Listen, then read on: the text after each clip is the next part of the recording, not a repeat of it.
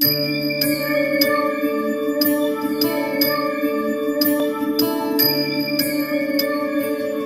பிரம்மா குரு விஷ்ணு குருதேவோ மகேஸ்வரா குரு சாட்சாத் பரபிரம்மா தஸ்மை ஸ்ரீ குருவே நமக.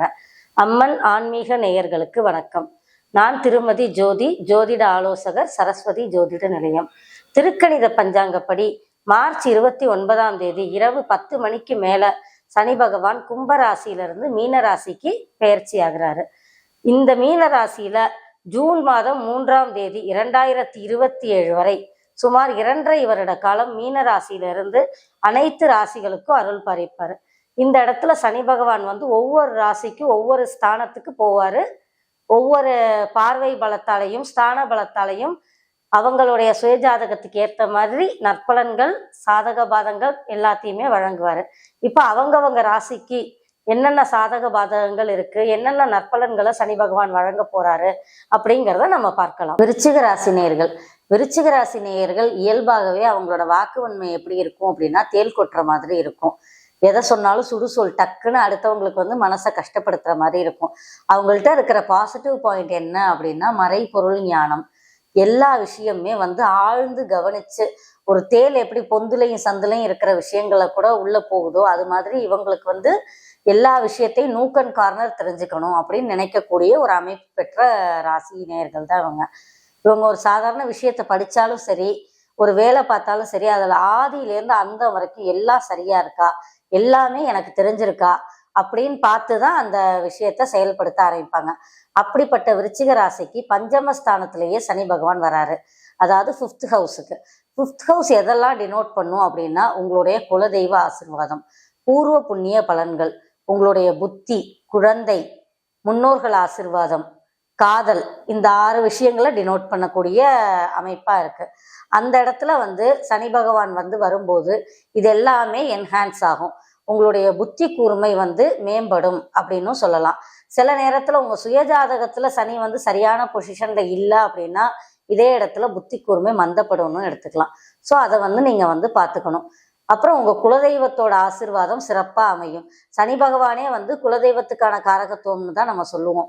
அப்படி இருக்கும்போது நம்ம குலதெய்வம் ஆசீர்வாதம், முன்னோர்கள் ஆசீர்வாதம் இதெல்லாம் அருமையா கிடைக்கக்கூடிய பீரியடா உங்களுக்கு இந்த சனி பயிற்சி அமையுது. அதே சமயத்துல நீங்க ஒரு தொழில் செஞ்சுக்கிட்டு இருக்கீங்க அப்படின்னாக்க புத்தியோட அதை செய்யும் போது அது பன்மடங்கு உங்களுக்கு பெருக்கி கொடுக்கும். விருச்சிக ராசிக்கு இயல்பாகவே 90% நற்பலன்களை தான் இந்த சனி பயிற்சியில சனி பகவான் கொடுக்க போறாரு. உங்க சுயஜாதக அடிப்படையில ஏதாவது கிரகநிலைகள்ல சரியா இல்லை, தசாபுத்தி சரியா இல்லை அப்படிங்கும்போது 10% கெடுபலன்கள் நடக்கிறதுக்கான வாய்ப்புகள் இருக்கு. இப்போ நம்ம புத்தி ஸ்தானம்னு சொல்றோம் இல்லையா, அந்த இடத்துல நீங்க புதுசா ஒரு கண்டுபிடிப்புகள் பண்ணலாம். அந்த மாதிரி சயின்ஸ்ல இன்ட்ரெஸ்ட் இருக்கிறவங்க, இன்ஜினியரிங்ல இன்ட்ரெஸ்ட் இருக்கிறவங்க, இவங்கெல்லாம் நீங்க ப்ராஜெக்ட் பண்ணும்போது ஒரு நியூ இன்வென்ஷனா கூட இந்த சமயத்துல நீங்க ட்ரை பண்ணீங்க அப்படின்னாக்கா உங்க ப்ராஜெக்ட் நல்லபடியா சக்சஸ் ஆகும்.